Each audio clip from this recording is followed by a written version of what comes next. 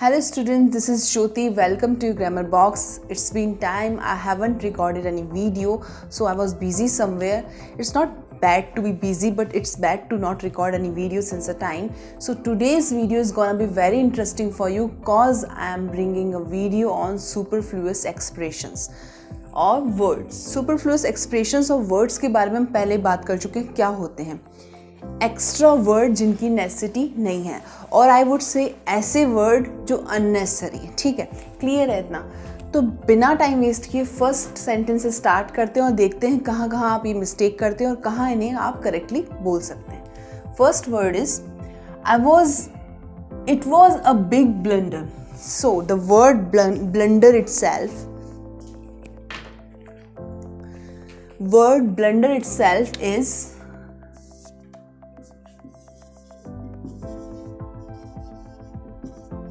Big mistake. Okay, blender का मतलब यही होता है कि बिग मिस्टेक है. तो इधर आप कह सकते हैं it was a big mistake या आप कह सकते हैं इट वॉज अ ब्लंडर. तो ब्लंडर अपने आप में बिग मिस्टेक को कंक्लूड कर रहा है, इंक्लूड कर रहा है. यू डोंट हैव टू से it separately. It would B it was a big mistake और it was a blunder. Got it? Now the next sentence is suppose if I die today, what will you do? क्या हो अगर मैं आज मर जाऊं, क्या करोगे? So suppose if is a phrase I would say. इसका मतलब है कि आप कोई कंडीशन क्या करते हो, इमेजिन करते हो. तो if भी आपके लिए कंडीशन लाता है और सपोज भी आपके लिए कंडीशन लाता है. जब आप इफ और सपोज को एक साथ देखते हैं तो दोनों का मतलब ये होता है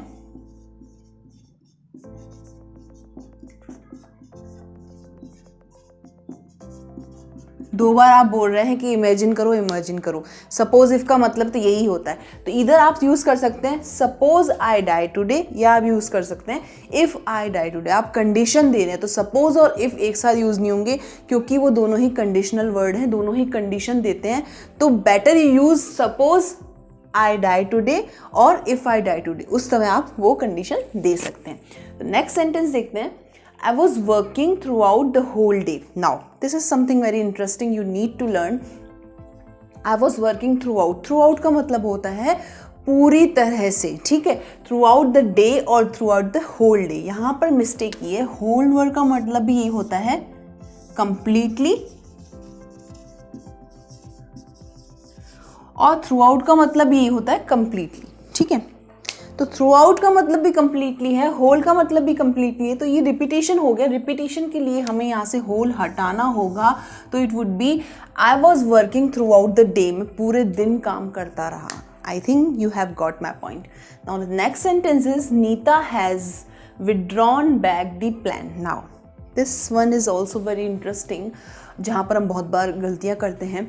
तो नीता हैज़ विड्रॉन का मतलब होता है छोड़ देना, कोई चीज़ छोड़ देना. ठीक है, now Neeta has withdrawn back the plan.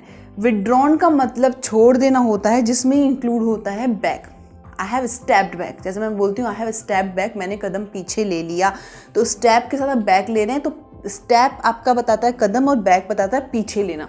तो विड्रॉन में ये दोनों इंक्लूड है. विड्रॉन का मतलब है पीछे ले लेना या निर्णय वापस ले लेना. Neeta has withdrawn the plan. Neeta ने प्लान वापस ले लिया है या छोड़ दिया है, विड्रॉ कर दिया है. विड्रॉ के साथ आप बैक वर्ड यूज नहीं करेंगे, एग्जिग्रेशन हो जाएगा, अननेसेसरी हो जाएगा. Better you would say Neeta has withdrawn the plan. Okay, so the next sentence is you have to report this work annually every year. Now ध्यान से पढ़ना. You have to report this work annually every year. जब annually लगा रहे हैं तो every year की necessity ही क्या है, क्योंकि एनुअली का मतलब यही है कि वो आपको ईयरली बेस पर कह रहा है, आपको ये इस काम की रिपोर्ट देनी है. So you are not suppose to add every year here. Either you can use this work every year और एनुअली. ठीक है, दोनों में से एक ही चीज़, एक ही वर्ड फ्रेज यूज हो सकता है, क्योंकि दोनों को अगर आप यूज करते हैं तो ये सुपरफ्लुअस वर्ड एक्सप्रेशन हो जाएगा. Now coming to the next one. I am not going to join the class unless you are not coming. Now this is something which is generally लोग बहुत ज़्यादा रिपीटेडली इसको यूज़ करते हैं. क्यों? क्योंकि इसका मीनिंग जानते हैं लेकिन आपको बोलने में जो कंफर्टेबिलिटी रहती है वो इस तरह रहती है कि I am not going to join the class unless you are not coming. ठीक है, यहाँ हमने एक कंडीशन दे दी, दूसरी इस कंडीशन को जस्टिफाई कर दिया। अनलेस का हमने मीनिंग ही जीरो कर दिया। अनलेस का मतलब ही होता है अगर, ठीक है, अगर नहीं तो। इसमें नहीं का जो मीनिंग होता है, नहीं का जो सेंस होता है, नॉट का सेंस होता है, वो इंक्लूड होता है। कैसे? जैसे I am not going to join the class, मैं क्लास में नहीं आऊँगा, ठीक है, अनलेस, अगर नहीं, यू आर कमिंग, अगर नहीं तुम आ रहे, तुम नहीं आ रहे अगर। ठीक है, तो यहाँ पर आपको नॉट नेसेसरी नहीं है, ऐसे वर्ड जैसे हो गया आपका फॉरबिड हो गया, प्रिवेंट हो गया, अनलेस हो गया, अनटिल हो गया। ठीक है, ये वर्ड ऐसे होते हैं जो ऑलरेडी नेगेटिव वर्ड होते हैं। नेगेटिव वर्ड्स के साथ आप नेगेटिव एक दूसरा वर्ड ऐड करेंगे तो ऑब्वियसली वो सुपरफ्लुअस होगा। तो इसलिए आप कहेंगे कि I am not going to join the class unless you are coming, जब तक तुम नहीं आ रहे, अनलेस जब तक तुम नहीं आ रहे। तो इसमें नहीं का मीनिंग इंक्लूड है। आई गेस आपको ये समझ में आ गया होगा। The next one is Ron was kindly requested to leave the place. ठीक है, रॉन से रिक्वेस्ट की गई कि उसे वो जगह छोड़ देनी चाहिए या उसे चले जाना चाहिए। एक वर्ड है काइंड, हम बहुत बार यूज़ करते हैं एप्लीकेशंस में, मेल्स में। एक वर्ड है रिक्वेस्टेड। ठीक है, ये दो वर्ड ऐसे हैं जो हम यूज़ तो करते हैं लेकिन इन दोनों का मीनिंग अलग अलग होता है, ये हम समझते हैं। लेकिन इन दोनों का जो सेंस आ रहा है, काइंडली रिक्वेस्टेड बोल रहे हैं, ये एक रॉन्ग फ्रेज हो जाएगी, क्योंकि रिक्वेस्ट में ही आपका रिक्वेस्ट का सेंस ही ये हो रहा है ना कि आप रिक्वेस्ट कर रहे हैं, उससे कुछ निवेदन कर रहे हैं, उससे कुछ चीज़ कर रहे हैं। और रिक्वेस्ट तो हमेशा पोलाइट वे में ही कही जाएगी, काइंड वे में कही जाएगी। उसके लिए अलग से आपको काइंड बोलने की ज़रूरत है क्या? नहीं है। ठीक है, तो यहाँ पर काइंडली नहीं होगा, Ron was requested to leave the place. ठीक है, सेंस आप समझिए। रिक्वेस्टेड का मतलब ही रिक्वेस्ट है, जो चीज़ ऑर्डर होता है। ऑर्डर का मतलब होता है किसी को कोई चीज़ कहना और पूरे प्रभाव के साथ कहना, इम्पोज करके कहना। इस तरह रिक्वेस्ट होती है, रिक्वेस्ट का मतलब ही अपने आप यही होता है, it would be polite. Okay, now the last sentence is I have never seen such card man in my life. That means मैंने इतना कायर इंसान अपने जीवन में नहीं देखा है। अब यहाँ पर एक चीज़ ध्यान देने लायक है, ये जो कावर्ड मतलब है, इसका जो मीनिंग है, इसमें सेंस इंक्लूड है। एक ये एडजेक्टिव है, लेकिन इसमें जो, क्योंकि एक आदमी की क्या बता रहा है, विशेषता बता रहा है, एडजेक्टिव है ना, तो इसमें जो मीनिंग्स इंक्लूड है वो है कायर, इंसान या फिर आदमी।